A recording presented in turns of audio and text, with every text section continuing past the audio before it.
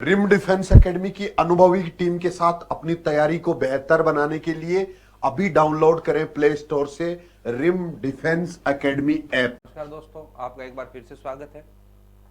तो अपने बात कर रहे थे इकोनॉमिक्स की।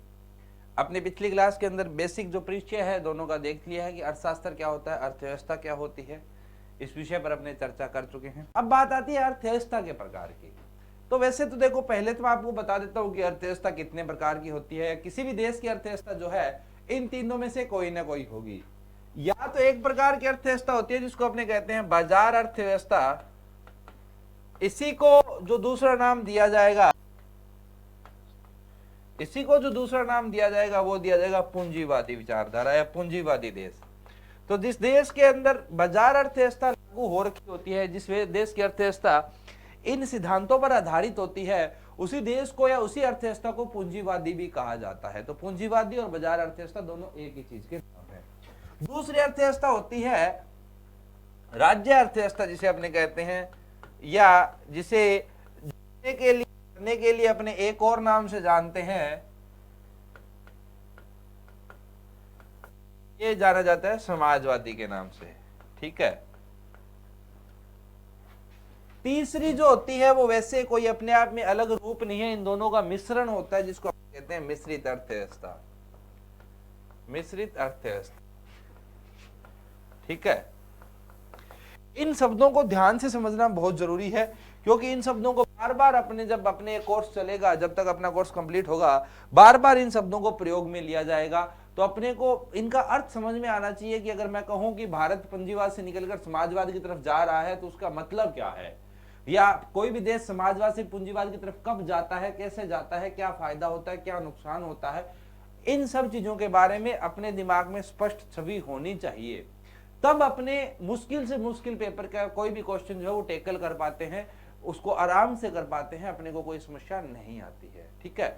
तो ये अपना यहाँ पर फोकस रहेगा, ये अपना यहाँ पर मेन बिंदु रहेगा। तो अपने एक एक करके समझते हैं इनका मतलब क्या होता है। तो सबसे पहले अपने बात करते हैं बाजार अर्थव्यवस्था की। ठीक है। तो आप मतलब अपने आप समझ लेना कि मैं पूंजीवाद की बात कर रहा हूं।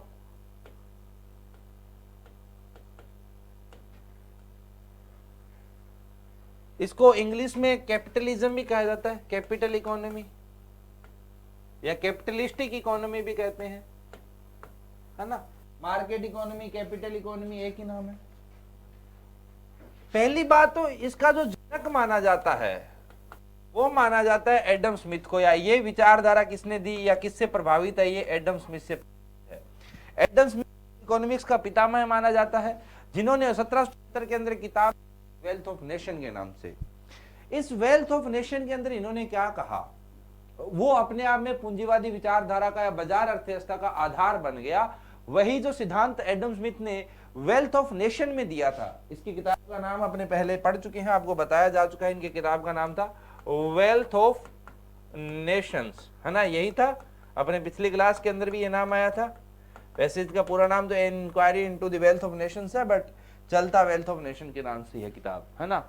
तो इस किताब के अंदर इन्होंने कहा कि प्रत्येक व्यक्ति, आप व्यक्ति के संदर्भ में ले लो या राष्ट्र के संदर्भ में ले लो, को संपत्ति निर्माण का प्रयास करना चाहिए। इन्होंने ये बात कही कि किसी भी देश की अर्थव्यवस्था का जो उद्देश्य है या किसी भी जीवन का किसी का उद्देश्य है, क्योंकि देखो व्यक्तियों के उद्देश्यों से ही राष्ट्र का उद्देश्य बनता है, क्योंकि नागरिकों से ही देश बनता है। अगर नागरिक इस दिशा में जा रहे हैं तो देश भी इसी दिशा में जाएगा। देश क्या है, नागरिकों का समूह ही देश है। तो अगर नागरिकों का जो उद्देश्य है वही देश का उद्देश्य भी बन जाता है। अगर किसी देश के नागरिक ये सोचकर ही बैठे हैं कि हमारा तो काम ही देश को गर्त में लेकर जाना है, तो उस देश को गर्त में जाने से कोई नहीं बच सकता। और अगर किसी देश के नागरिक, जैसे कि इजराइल के नागरिकों ने ठान ही रखा है कि हमें तो अपने देश को बचाना ही है, कुछ भी हो जाए, तो फिर उस देश को कोई भी कुछ नुकसान नहीं पहुंचा सकता। तो जिस देश में जिस दिशा में किसी भी देश के नागरिक जाते हैं, उसी दिशा में वह देश भी जाता है। तो दो अलग अलग दिशाएं ये नहीं हो सकती। पहली बात तो अपने को ये ध्यान रखनी है। तो क्या कहा इसने, कहा कि आपके जीवन का उद्देश्य एक ही है, रोकड़ा कमाना, पैसा कमाओ। अगर देश के सारे नागरिक पैसा कमाने में लग जाएंगे तो देश तो अपने आप अमीर होता चला जाएगा। दूसरे शब्दों में इसी बात को लिखा गया है कि प्रत्येक व्यक्ति या राष्ट्र को संपत्ति निर्माण का ही प्रयास करना चाहिए, वही उसका उद्देश्य होना चाहिए, बाकी सब मोह माया है। आपका धर्म जो है वो पैसा होना चाहिए, रोकड़ा होना चाहिए। ऐसी बात एडम स्मिथ ने कही। कब कही? 1776 में कही। किस किताब के माध्यम से कही? वेल्थ ऑफ नेशन के माध्यम से कही। अब इसका फर्क क्या पड़ा? तो इसने कहा कि जब हर व्यक्ति का काम ही पैसा कमाना है तो सरकार को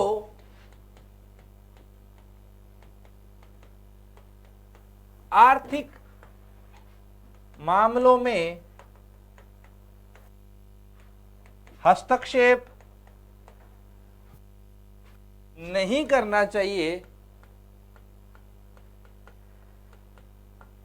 तथा प्रत्येक व्यक्ति को अपनी अधिकतम क्षमता के अनुसार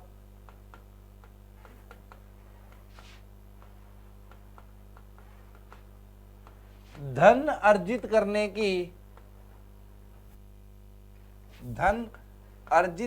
की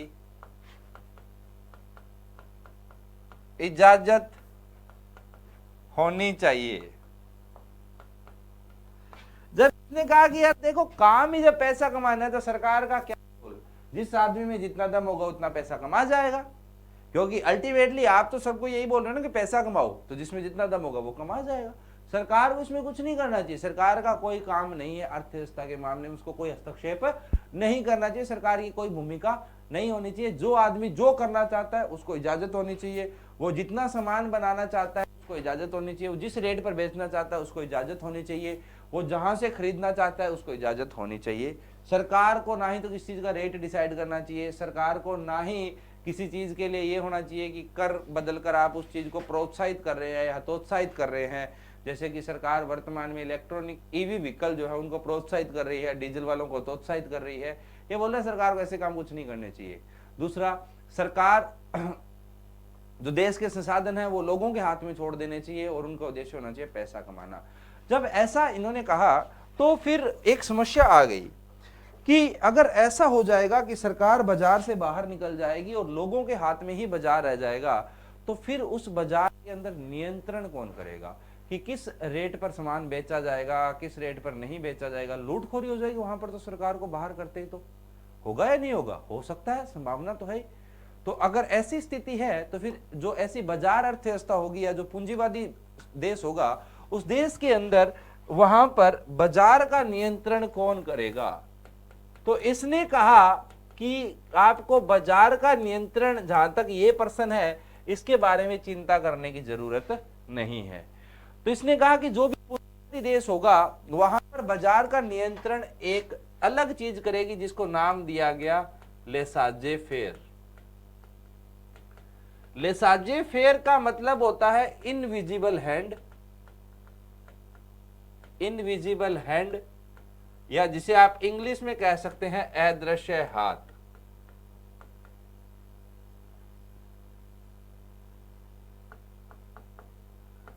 ठीक है, सरकार तो यहां से निकल चुकी अगर एडम स्मिथ की बात मानी जाए। जिस आदमी को जितना सामान बनाना है वो बना सकता है, जिस रेट पर उसको बेचना है वो बेच सकता है, सरकार कुछ नहीं बोलेगी, है ना। सरकार की भूमिका जीरो ही है। तो ऐसे में ये कहा कि आपको बाजार के नियंत्रण के लिए घबराने की जरूरत नहीं, क्योंकि बाजार के नियंत्रण के लिए एक अलग ही चीज आ जाती है, भगवान का एक रूप आ जाता है जिसे नाम दिया जाता है लेसाजे फेयर, या जिसी को कहा जाता है इनविजिबल हैंड। ये जो लैटिन नाम है इसका इंग्लिश बनता है इनविजिबल हैंड, या हिंदी में उसको अदृश्य हाथ कहते हैं। एक ऐसी चीज है जो दिखती नहीं है, नियंत्रक का काम कर लेगी। तो लोगों ने पूछा क्या साहब ऐसे क्या चीज है जो दिखेगी नहीं पर नियंत्रक की भूमिका निभा देगी? तो इसने कहा आप लोग कहते हो प्रतिस्पर्धा या कंपटीशन। तो किसी भी पूंजीवादी बाजार के अंदर या पूंजीवादी अर्थव्यवस्था के अंदर जहां पर सरकार की भूमिका जीरो होती है, वहां पर बाजार को नियंत्रित करने का काम कौन करता है? प्रतिस्पर्धा करता है। कैसे? देखो, सरकार ने वर्तमान में ये नहीं कह रखा कि जयपुर का कोई बाजार है, जैसे ना कोई भी आपके लोकल शहर का बाजार है, वहां पर 10 कपड़े की दुकानें हैं। सरकार ने कपड़े वालों को ये नहीं कहा हुआ कि ये शर्ट 500 की बेचनी है, अगर वो चाहे तो 800 की बेच सकता है, उसके ऊपर किसी प्रकार की कोई नियम के रूप में प्रतिबंध नहीं लगा हुआ है। कुछ जरूरी वस्तुओं को छोड़ दिया जाए तो उसके अलावा किसी चीज का जो नियम है, वर्तमान में जो मूल्य है वो सरकार निर्धारित नहीं करती है। ना ही सरकार ये निर्धारित करती है कि कौन बनाएगा, कितना नहीं बनाएगा, जिसमें जितना दम है बना लो और बेच लो, यही चलता है। फिर भी अगर वो 10 दुकानें हैं, वहां पर 1-2 दुकान, कितनी भी दुकानें हैं, तो क्या वो चाहकर भी शर्टों का रेट बढ़ा सकता है? वो लूट सकता है ग्राहकों को? नहीं लूट सकता। क्यों? क्योंकि वहां पर बाजार में आपस में 2 लोगों के बीच में, 4 लोगों के बीच में, 10 लोगों के बीच में क्या है? कंपटीशन है, प्रतिस्पर्धा है। अगर वो 500 के बजाय 600 की बेचने में जाएगा शर्ट, तो उसकी शर्टें बिकनी बंद हो। तो इसने कहा कि यही नियम लागू होता है। इसलिए आपको नियंत्रक की भूमिका की जहां तक बात है, तब घबराने की जरूरत नहीं है। नियंत्रण तो अपने आप हो जाएगा, और वो नियंत्रण कौन कर लेगा? वो नियंत्रण कर लेगा प्रतिस्पर्धा। वहां पर प्रतिस्पर्धा को ही कहा गया इनविजिबल हैंड, एक ऐसा हाथ जो दिखता नहीं है परंतु रेफरी की भूमिका निभा रहा है, नियंत्रक की भूमिका निभा रहा है, और इसी को लैटिन भाषा में कहा गया लेसाजे फेयर। तो अगर प्रश्न इस प्रकार से है कि लेसाजे फेयर का सिद्धांत किसने दिया, तो एडम स्मिथ ने दिया। लेसाजे फेयर का अर्थ क्या होता है? लेसाजे फेयर का मतलब होता है प्रतिस्पर्धा। किसी भी पूंजीवादी या बाजार अर्थव्यवस्था के अंदर नियंत्रक की भूमिका कौन निभाता है? तो लेसाजे फेयर या प्रतिस्पर्धा निभाती है। ये आपको ध्यान रखना है। ऐसी बात एडम स्मिथ ने कही। एडम स्मिथ की अगर अपने वापस रिवाइज करें तो एडम स्मिथ ने क्या कहा? पहली बात, हर आदमी का उद्देश्य क्या है? पैसा कमाना। अगर सारे नागरिक पैसा कमाने चल जाएंगे तो राष्ट्र अपने आप अमीर होते जाएंगे। तो आपको तो अमीर बनना, अगर अमीर बनना है तो सरकार को कुछ नियम नहीं बनाने चाहिए, जिसमें जितनी क्षमता होगी पैसा कमा लेगा, जिसमें जितनी क्षमता होगी पैसा कमा लेगा। हर आदमी को पैसा कमाना है, ठीक है। तो सरकार को किसी भी प्रकार से आर्थिक मामलों के अंदर हस्तक्षेप या अर्थव्यवस्था के अंदर हस्तक्षेप करने की जरूरत नहीं है। अगर ऐसा है तो वहां पर नियंत्रण कौन करेगा? तो इसने कहा कि उसके लिए भी मत घबराओ, नियंत्रण करने की जो क्षमता है वो किसमें होती है? प्रतिस्पर्धा में होती है। तो ये पूरी कहानी है आपकी बाजार अर्थव्यवस्था की। दूसरे प्रकार की अर्थव्यवस्था आती है साहब, जिसको अपने कहते हैं वादी, या जिसको अपने कह सकते हैं राज्य अर्थव्यवस्था।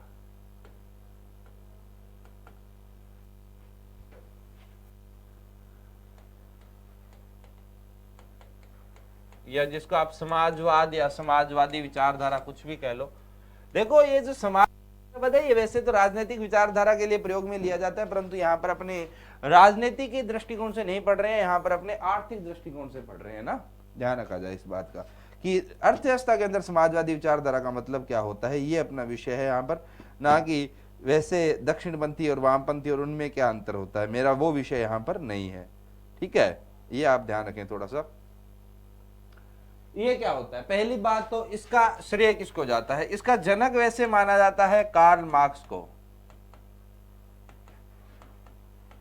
कार्ल मार्क्स की 2 किताबें आई थी वैसे तो, एक तो मार्क्सिस्ट मैनिफेस्टो करके और एक दास कैपिटल करके। दोनों किताबों का एग्जैक्ट साल तो आपको नहीं बताया जा सकता, परंतु अपने इसको मान सकते हैं 1850 के दौर में आई थी ये, है ना। ये क्या है कि मतलब कि काफी लंबे समय तक 12-13 साल 14 सालों के बाद ये किताबें प्रकाशित हुई थी, तो 2 अलग अलग साल चलते हैं, अपने को नहीं लेना है उस समय में।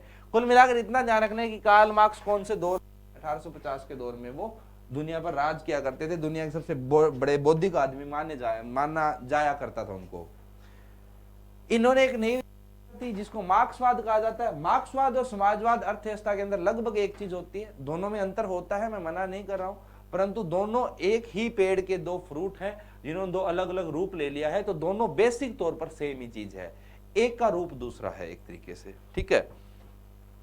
ये क्या कहता है? ये कहता है कि किसी भी देश के पास जो संसाधन होते हैं उस पर हक जो है, संसाधनों पर अधिकार या हक जो है वह राज्य का, या राज्य को मैं बोल देता हूं शासक का, शासक को मैं बोल देता हूं सरकार का।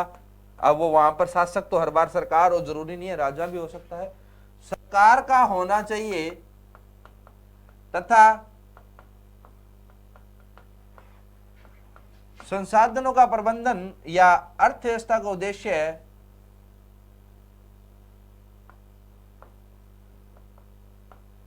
तथा अर्थव्यवस्था का उद्देश्य जो है वो समाज कल्याण होना चाहिए।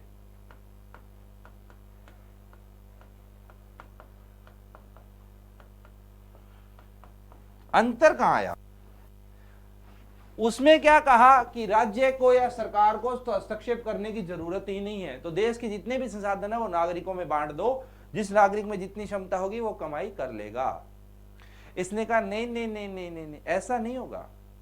वास्तव में क्या होना चाहिए कि जितने भी संसाधन है वो नागरिकों से छीन लो और सरकार के हाथ में दे दो, या वहां पर जो राज्य है, जो भी शासन कर रहा है, चाहे वो लोकतांत्रिक सरकार है, गैर लोकतांत्रिक सरकार है, राजा है, कुछ भी हो सकता है, वहां पर जो भी शासन पद्धति चल रही है वो तो वहां की राजनीति पर निर्भर करती है, ये तो आर्थिक मामला है। तो क्या उसके हाथ में दे दो, और उसको क्या करना चाहिए, उन सारे संसाधनों का उद्देश्य देश को अमीर करना नहीं होना चाहिए। तो उनका उद्देश्य जो होना चाहिए वो क्या होना चाहिए, वो होना चाहिए समाज कल्याण करना। तो आपका आर्थिक प्रबंधन या जो अर्थव्यवस्था है वो देश को अमीर करने के उद्देश्य से आयोजित या देश को अमीर करने के उद्देश्य से नहीं चलाई जानी चाहिए। वो किस उद्देश्य से चलाई जानी चाहिए, वो आपके वहां पर समाज कल्याण करने के उद्देश्य से चलाई जानी चाहिए। दूसरा, संसाधनों पर हक किसका होना चाहिए, नागरिकों का नहीं, किसका होना चाहिए, सरकार का होना चाहिए। हर चीज सरकार तय करेगी, कौन बनाएगा, कितना बनाएगा, कितने दाम में बेचा जाएगा, कितने दाम में नहीं बेचा जाएगा, ये सारी की सारी बातें कौन तय करेगा, सरकार तय करेगी। अगर ऐसी व्यवस्था है तो उसको कहा गया है समाजवाद या राज्य अर्थव्यवस्था। ठीक है, ये कहानी होती है समाजवाद की। तो अंतर कहां आया, पूंजीवाद के अंदर संसाधनों पर अधिकार नागरिकों का होता है, समाजवाद के अंदर नागरिकों संसाधनों पर अधिकार सरकार का होता है। दूसरा, पूंजीवाद का उद्देश्य है लोगों को ज्यादा से ज्यादा अमीर बनाना, समाजवाद का उद्देश्य है समाज कल्याण करना। समाज कल्याण करने के लिए आप असमानता दूर करने की बात करेंगे, गरीबों को ज्यादा देंगे, अमीरों को कम देंगे, तभी असमानता दूर होगी, तभी समाज कल्याण हो सकता है ना। तो इसका उद्देश्य उल्टा है, उसका उद्देश्य उल्टा है, ये दोनों कहानी है। अब देखो दोनों के साथ समस्या है, ये जो वाला कंसेप्ट है या पूंजीवाद वाला कंसेप्ट है। पहली बात तो आप ये ध्यान रखो कि दुनिया में कोई भी देश वर्तमान में, अगर आप दुनिया की बात करो, दुनिया में कोई भी देश पूर्णतः समाजवादी या पूंजीवादी नहीं हो सकता, या शुद्ध समाजवादी या पूंजीवादी नहीं हो सकता। क्यों? पूंजीवादी या समाजवादी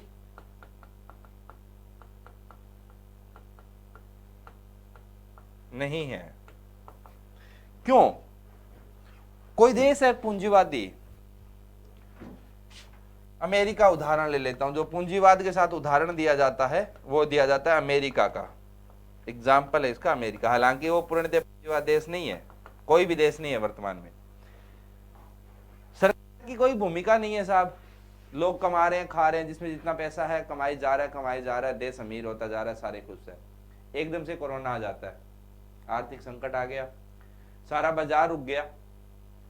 अब अगर बाजार रुक गया तो किसी को तो संकट मोचक की भूमिका निभानी पड़ेगी।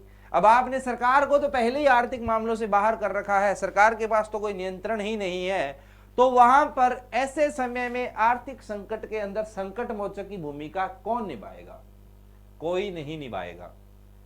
तो जैसे ही आप सब कुछ अच्छा चलता है, जैसे संकट आएगा तब आपको याद आ जाता है सरकार की, है ना। अदरवाइज तो सरकार को ये है कि क्यों जुर्माना लेते हैं, क्यों फीस लेते हैं। संकट में कौन भूमिका निभा रहा है? सरकार निभा रहा है। परंतु पूंजीवाद के अंदर आपने सरकार को कोई भूमिका दी ही नहीं थी, सरकार को पहले ही आर्थिक मामलों से बाहर कर दिया था। तो ऐसी परिस्थिति में देश को उस संकट से बाहर कौन निकालेगा? इसलिए कोई भी देश पूर्णतः पूंजीवाद होकर लंबे समय तक सर्वाइव नहीं कर सकता। दूसरा कारण पूंजीवाद के फेल होने का, आपने कहा कि हर आदमी में जितनी क्षमता है वो पैसा कमाए। अब एक आदमी, एक बच्चा जो अंबानी के घर पैदा हुआ है और एक बच्चा जो एक सामान्य आदमी के घर पैदा हुआ है, क्या दोनों की जो शुरुआत होगी जिंदगी की, जो जब वो कमाना शुरू करेंगे, क्या वो एक स्तर से होगी? बिल्कुल भी नहीं होगी। अंबानी का बेटा इस स्तर पे खड़ा है, एक सामान्य व्यक्ति का बेटा बहुत छोटे स्तर पर खड़ा है। अगर अंबानी का बेटा पहले ही इतने ऊंचे स्तर पर खड़ा है तो स्वाभाविक सी बात है वो तो ज्यादा पैसे कमाने में वैसे ही सक्षम होगा, और ये तो अपने जानते ही हैं कि पैसा तो पैसे को खींचता है। तो धीरे धीरे होगा क्या कि जो देश की संपत्ति होगी वो कुछ हाथों में केंद्रित होती जाएगी, असमानता बढ़ती जाएगी देश में। अब अगर देश में असमानता बढ़ती जाती है तो वहां पर सामाजिक स्थिरता की समस्या आ जाती है, समाज के टूटने का खतरा पैदा हो जाता है, वहां पर नक्सलाइट पैदा होने की संभावना बन जाती है ना। तो इसलिए पूंजीवाद जो है वो 100% कोई भी देश रह नहीं सकता। इसलिए जो देश होते हैं, सरकार होती है, वो क्या करती है, सरकार क्या करेगी, ये आपकी जनता है, ये आपके अमीर वर्ग के लोग हैं जो हाशिए में ऊपर बैठे गरीब हैं, सरकार क्या करती है, इनसे कर लेती है, यही करती है। प्रत्यक्ष कर में आयकर, कॉर्पोरेट कर जो है वो इनसे ही लिया जाता है, और ये कर का प्रयोग किया जाता है इनको फ्री में सामान देने के लिए गरीब को, ताकि इनको थोड़ा नीचे खींचा जा रहा है और इनको थोड़ा ऊपर बढ़ाया जा रहा है और एक समानता लाने का प्रयास किया जाता है। ये तभी संभव है ना जब सरकार की कोई भूमिका है। अगर सरकार की कोई भूमिका ही नहीं है तो फिर तो ये संभव ही नहीं है। और पूंजीवाद तो कहता है सरकार की कोई भूमिका नहीं होनी चाहिए, सरकार को किसी प्रकार का कर भी नहीं लेना चाहिए जो आपको अमीर होने से रोके, आदमी को अमीर होने देना चाहिए, ये पूंजीवाद कहता है। इसलिए पूंजीवाद प्राय वास्तविकता के अंदर या व्यवहारिक स्तर के ऊपर देश में कामयाब नहीं हो सकता। ठीक है, ये तो रही पूंजीवाद की समस्या की बात।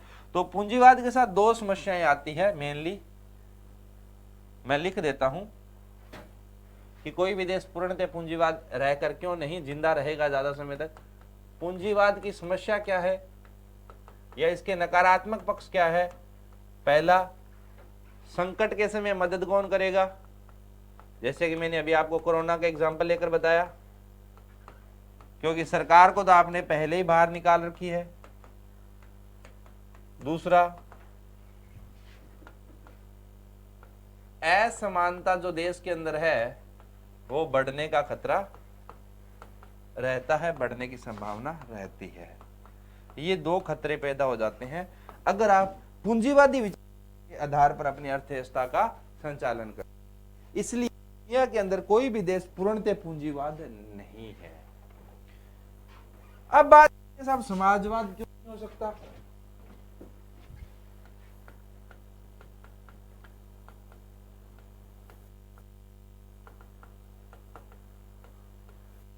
समाजवाद क्या कहता है पहले तो वो देखते हैं। समाजवाद कहता है कि संसाधनों के ऊपर हक किसका होना चाहिए, राज्य का या सरकार का।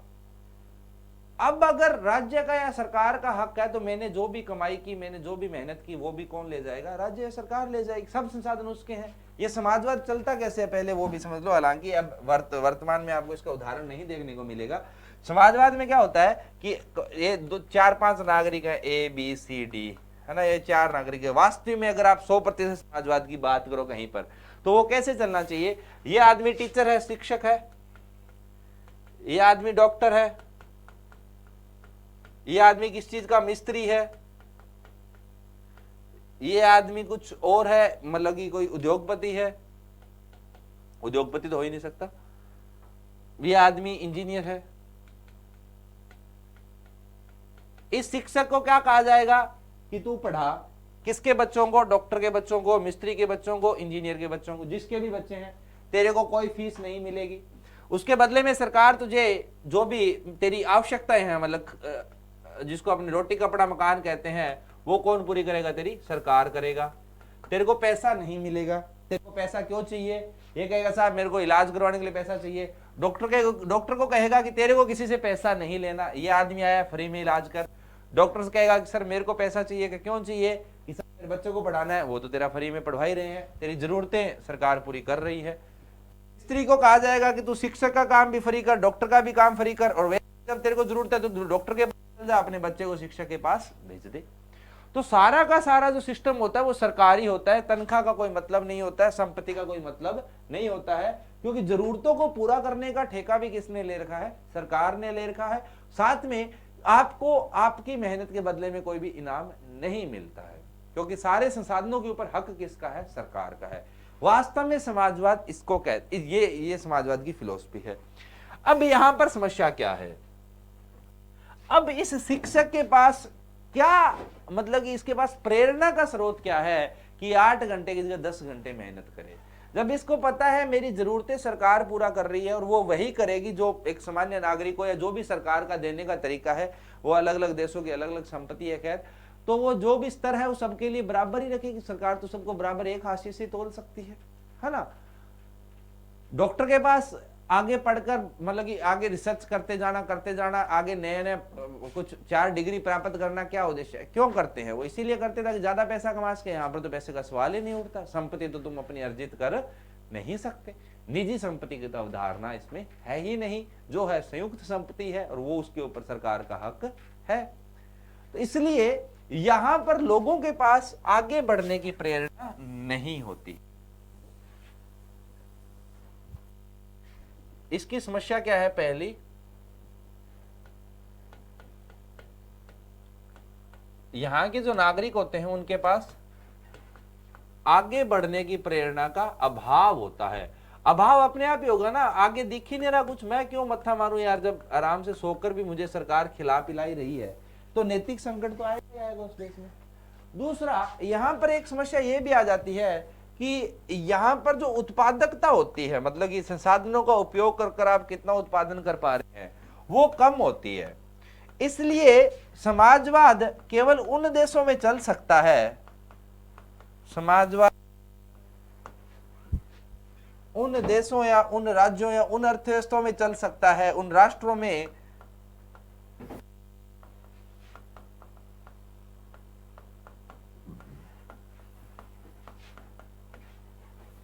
जहां प्रति व्यक्ति संसाधन उपलब्धता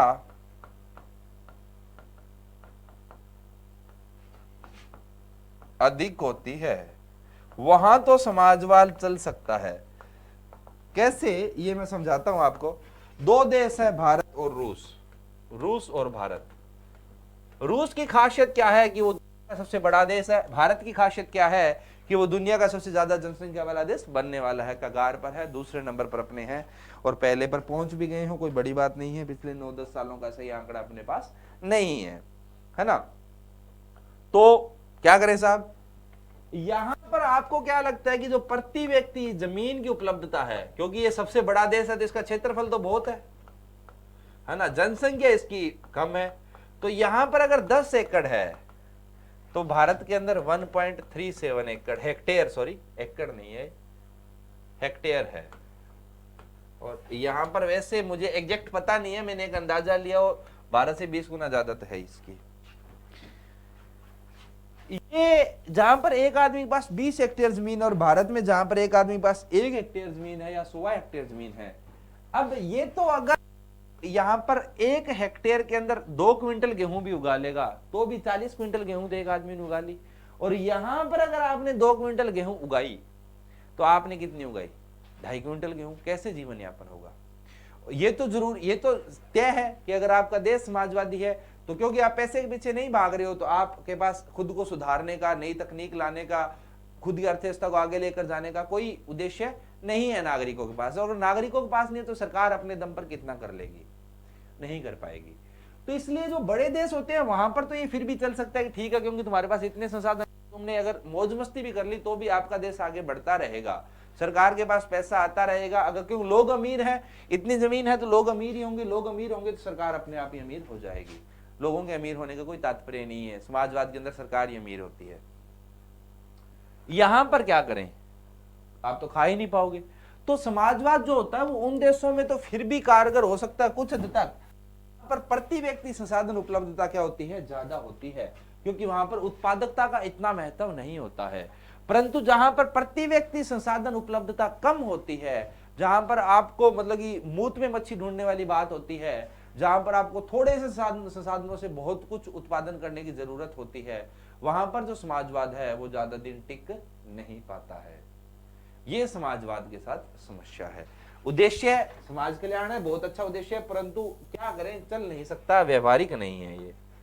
तो ये दोनों ही व्यवहारिक नहीं है। 100% समाजवाद या 100% पूंजीवाद खतरनाक चीज है।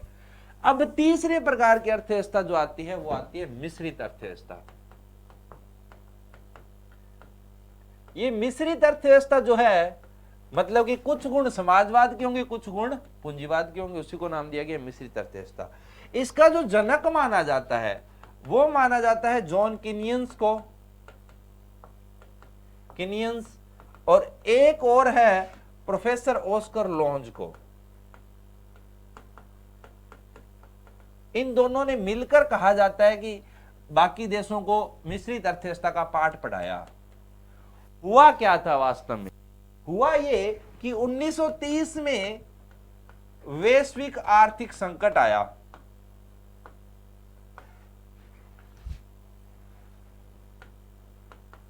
वैश्विक आर्थिक संकट आया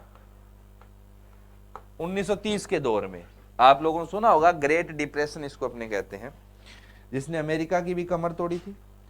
ये जब आया तो उस समय तक सारे देश एडम स्मिथ को भगवान समझ रहे थे कि यार क्या बात बता करके, इसके कारण सारे लोग अमीर हो रहे थे, सारे लोग पैसे के पीछे भाग रहे थे, देश समृद्धि प्राप्त कर रहे थे, नागरिक भी खुश थे, सरकारें भी खुश थी, सब कुछ अच्छा चल रहा था। सेकेंड वर्ल्ड वॉर होकर खत्म ही हुआ था। अब उस टाइम पर जब ये आया, आर्थिक संकट आया, तब लोगों को पहली बार ये लगा कि यार सरकार की कमी खिलनी शुरू हो गई। क्योंकि जैसे ही आर्थिक संकट आया तो किसी भी अर्थव्यवस्था के अंदर संकट मोचक की भूमिका कौन निभाएगा? जैसे कि मैं पहले बता रहा था आपको, कौन निभाएगा? वहां पर कोई नहीं है संकट मोचक वाला। और संकट के समय, आर्थिक संकट के समय, चाहे वो प्राकृतिक कारणों से आए, चाहे वो कोरोना के कारण आए, किसी न किसी को तो लोगों को खाना खिलाने की जिम्मेदारी लेनी ही, किसी न किसी को तो वहां पर हस्तक्षेप करना पड़ेगा। अब अगर आपका पूंजीवाद देश है तो आपके यहां पर तो आपने सरकार को पहले ही आर्थिक मामलों से बाहर कर रखा है, तो फिर अब संकट मोचक की भूमिका कौन निभाएगा? तो जॉन कीनियंस ने क्या कहा? जॉन कीनियंस ने एक किताब लिखी उस समय पर 1935 के दौर में। इनकी किताब का नाम जो चलता है वो चलता है general theory of employment, interest and money. John Keynes की बुक का नाम मैं लिख रहा हूं, किताब आई, book general theory of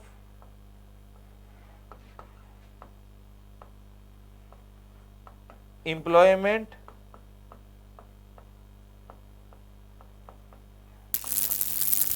interest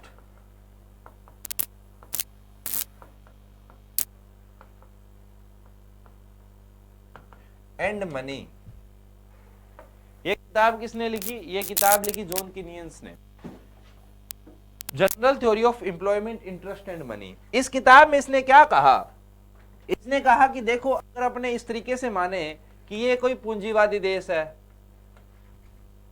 और ये समाजवादी देश है, तो ये दो अलग अलग ध्रुवों पर बैठे हैं, क्योंकि दोनों की विचारधारा, दोनों का उद्देश्य, दोनों का काम करने का तरीका टोटली अलग है। अब संकट आ गया तो इसने ज्ञान दिया लोगों को कि ये जो पूंजीवादी ना, इनको थोड़ा समाजवाद की तरफ चलना चाहिए।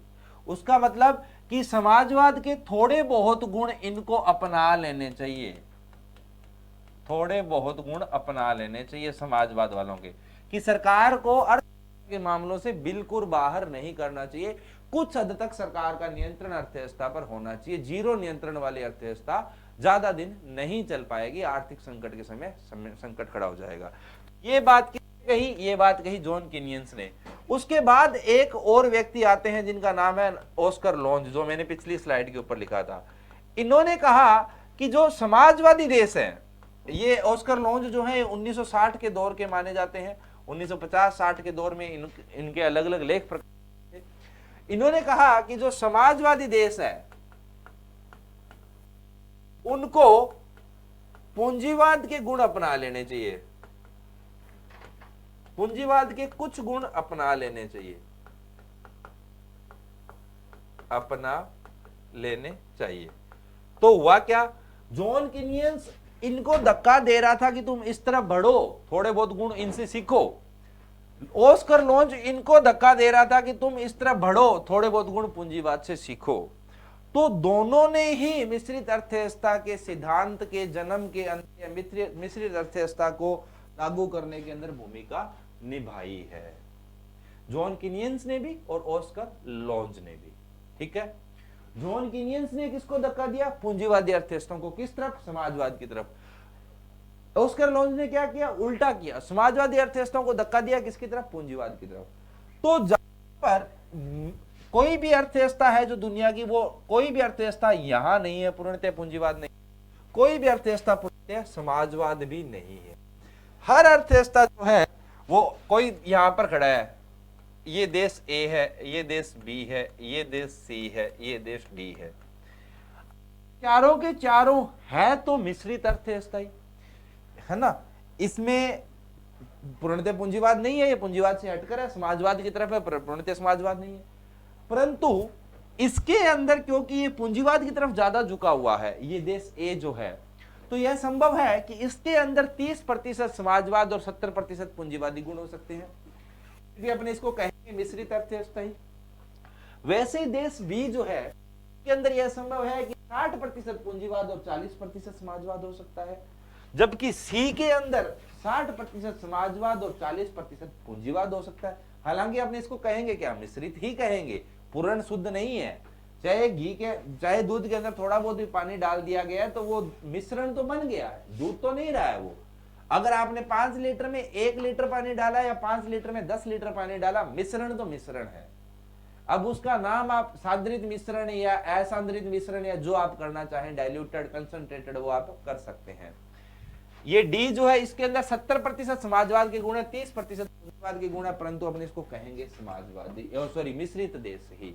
तो कोई भी दुनिया का वर्तमान में जो देश है वो मिश्रित देश ही होता है। फर्क इतना होता है कि यह संभव है कि कोई देश ए जो है, इसके अंदर समाजवाद जो है वो 70% गुण समाजवाद के हो और 30% गुण पूंजीवाद के हो, तो भी अपने इसको मिश्रित अर्थव्यवस्था ही कहेंगे।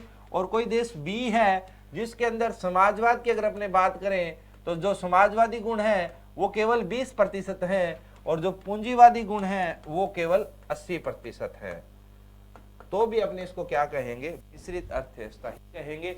तो वर्तमान में दुनिया की सारी अर्थव्यवस्था मिश्रित अर्थव्यवस्था है।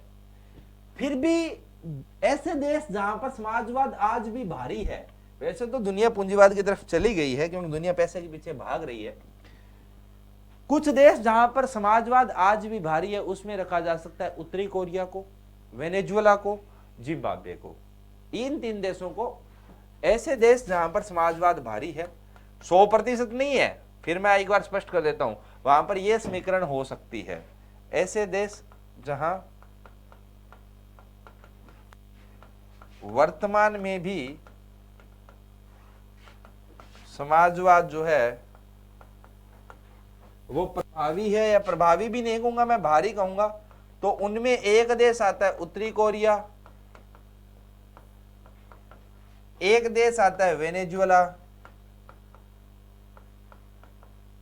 और एक देश आता है जिम्बाब्वे। वैसे जो समाजवाद का जनक माना जाता है वो रूस के क्रांति के साथ से माना जाता है। रूस पहला देश बना था जिसने कार्ल मार्क्स के बनाकर अपनी अर्थव्यवस्था का किया था और वहां पर कामयाबी रही थी। उसका कारण था कि रूस के अंदर प्रति व्यक्ति संसाधन उपलब्धता बहुत है, वो देश बहुत बड़ा है, जनसंख्या कम है, इसलिए उन देशों में कामयाब हो सकती है। चीन जब आजाद हुआ 1949 के अंदर, तो उन्होंने, क्योंकि चीन और रूस दोनों समाजवादी देश, मुख्य समाजवादी देश थे, तो चीन ने भी अपनी अर्थव्यवस्था समाजवाद के आधार पर संचालित करने का प्रयास किया, परंतु 1975-1980 के दौरान उसको समझ में आ गया कि ये कहानी केवल बोलने में अच्छी लगती है, करने में ज्यादा अच्छी है नहीं, तो उसने एक नई पॉलिसी, वहां पर उस समय पर राष्ट्रपति हुआ करते थे माओ, जैसे अभी शी जिनपिंग है वैसे माओ हुआ करते थे। तो माओ एक नई पॉलिसी लेकर आए जिसको नाम दिया गया ओपन डोर पॉलिसी, और उसके बाद उन्होंने अपना रास्ता जो है वो समाजवाद का प्रभाव कम करना शुरू कर दिया और पूंजीवाद का प्रभाव बढ़ाना शुरू कर दिया। या देश ने अपनी दिशा समाजवाद से पूंजीवाद की तरफ मोड़ ली 1980 के बाद। उसके बाद जो चीन है उसने अपना वर्तमान स्वरूप लिया है, चीन ने वर्दी की है। भारत, जवाहरलाल नेहरू की जब पहली सरकार बनी थी, उसके बाद जो भी सरकारें बनी, इंदिरा गांधी की सरकार बनी, अलग अलग प्रधानमंत्रियों की सरकारें बनी, समाजवाद से काफी ज्यादा प्रभावित था। इसी कारण से 1976 के अंदर 42वें संविधान संशोधन के तहत भारत के संविधान की प्रस्तावना या जिसे अपने उद्देशिका कहते हैं, उसमें समाजवादी शब्द जोड़ दिया गया। चीजें ज्यादा अच्छी नहीं गई। 1991 में आते आते भारत को भी यह समझ में आ गया कि हमें भी समाजवाद से कुछ ज्यादा मिलने वाला नहीं है, इसलिए 1991 के अंदर भारत के अंदर एलपीजी सुधार किए गए। अपने उनके बारे में पढ़ेंगे, भारत की जब आर्थिक नियोजन की अपने बात करेंगे तो एलपीजी सुधार किए गए। उसमें पी का मतलब प्राइवेटाइजेशन था, निजीकरण था, एल का मतलब लिबरलाइजेशन था, उदारीकरण था, जी का मतलब ग्लोबलाइजेशन था, वैश्वीकरण था। तो कुल मिलाकर तीनों ही तरीकों से जो अर्थव्यवस्था है उसको पूंजीवाद की तरफ लेकर जाया गया। तब से पूंजीवाद भारत का जो शुरू हुआ, अगर 1991 के अंदर ये मैं कहूं कि 80% समाजवाद था, 20% पूंजीवाद था, तो वर्तमान में स्थिति आ चुकी है कि समाजवाद केवल 30% बचा है, 70% पूंजीवाद हो गया है। और वो भी जो वर्तमान सरकार ने निजीकरण की नीति अपना रखी है, धीरे धीरे और भी समाजवाद का प्रभाव कम हो जाएगा। तो जब आप राष्ट्रीयकरण करते हैं तब आप समाजवाद करते हैं। चलो खैर वो चीजें अपने समझ जाएंगे धीरे धीरे। तो ये कहानी है दोस्तों, समाज पूंजीवाद मिश्रित अर्थव्यवस्था जो अपने को बार बार सुनने को मिलती है। ठीक है, तो ये कहानी है अर्थव्यवस्थाओं के प्रकार की। अब अगर अपने को ये सोचना हो कि किस प्रकार की अर्थव्यवस्था बेस्ट रहती है, तो देखो हर अर्थव्यवस्था की अपनी कुछ परिस्थितियां होती है, अपनी कुछ खूबियां होती है, अपनी कुछ प्राथमिकताएं होती है। उन्हीं सब चीजों को ध्यान में रखकर आपको अपनी अर्थव्यवस्था का प्रबंधन करना चाहिए। इनमें से कोई भी मॉडल ऐसा नहीं है जो एक देश के द्वारा अपनाई गई रणनीति दूसरे देश में भी कामयाब होने की गारंटी ले सके, ऐसा नहीं होता है। आपको अपने लोकल संसाधनों, लोकल जरूरतों को ध्यान में रखकर नियोजन करना होता है, प्लानिंग करनी होती है, तभी आप उसमें से कुछ निकाल पाते हैं, अन्यथा लोगों के देखा देखी में नुकसान हो जाता है। ठीक है दोस्तों, तो ये कहानी है अर्थव्यवस्थाओं के प्रकार की। तो इसके साथ अपने अर्थव्यवस्था, अर्थशास्त्र, ये शब्द जो हैं इनके प्रकार, अर्थव्यवस्था के प्रकार, अर्थशास्त्र के प्रकार, इनसे जुड़े हुए अलग अलग व्यक्ति, इन सब के बारे में चर्चा कंप्लीट हो जाती है। अगली क्लास के अंदर अपने एक नए टॉपिक पर जंप करेंगे, जब अपने देखेंगे कि किसी भी अर्थव्यवस्था का जीडीपी वगैरह क्या होता है, कैसे मापा जाता है, उनका अर्थ क्या होता है, जीडीपी बढ़ने का मेरे को क्या फायदा, जीडीपी घटने का मेरे को क्या नुकसान, कैसे बढ़ाई जाती है, कैसे घटाई जाती है, इन सब चीजों के बारे में चर्चा करेंगे। ठीक है दोस्तों, तो मिलते हैं, तब तक के लिए धन्यवाद, देखते रहिए, have a good day, thank you. रिम डिफेंस एकेडमी की अनुभवी टीम के साथ अपनी तैयारी को बेहतर बनाने के लिए अभी डाउनलोड करें प्ले स्टोर से रिम डिफेंस एकेडमी ऐप।